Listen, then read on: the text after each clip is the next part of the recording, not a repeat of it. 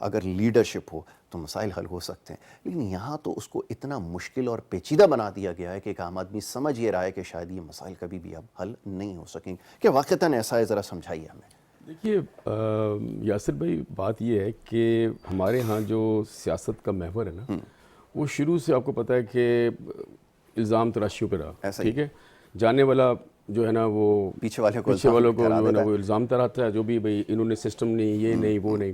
میں نے ہمیشہ سے کہتا ہوں کہ ہم پاکستان کی ترقی کا راز جو ہے نا وہ صرف پورا جو بھی سسٹم ہے نا اس کو چینج کرنے کی ضرورت ہے. ٹھیک ہے، یعنی 180 اینگل سے. یہ جو سسٹم ہمارے پاس ہے نا، یہ پورا کرپشن سے بھرپور سسٹم ہے، اور اس میں جو جنگ ہوتی ہے نا وہ ہوتی ہے پاور کی. اچھا، کوئی پاور اپنے پیسے کی دکھاتا ہے، کوئی اپنے انفلوئنس کی دکھاتا ہے. اب آپ یہ دیکھیں جہاں تک اب مہنگائی کا تعلق ہے اور اکانومی کا سسٹم جو بھی چل رہا ہے ملک کا، میں یہ سمجھتا ہوں، دیکھیے میں کوئی کسی پارٹی کا آدمی نہیں ہوں، لیکن ہم جب اکنامکس پڑھتے ہیں، اکانومی دیکھتے ہیں ملک کی، تو جو ڈائریکشن میں سمجھتا ہوں کہ تھوڑی سی ڈائریکشن ذرا بہتر ہوئی ہے. ٹھیک ہے، اس میں دیکھیے ہمارا کرنٹ بیلنس پازیٹیو میں آیا، ہمارا ٹریڈ ڈیفیسٹ $18 بلین سے کم ہو گیا. اس وقت ڈالر کی آپ پیرٹی دیکھیں وہ بتدریج جو ہے نا وہ کم ہوتا جا رہا ہے اس وقت. ٹھیک ہے، ہماری روپیہ مضبوط ہوتا جا رہا ہے. ٹھیک ہے، اور یہ اور جائے گا بھی.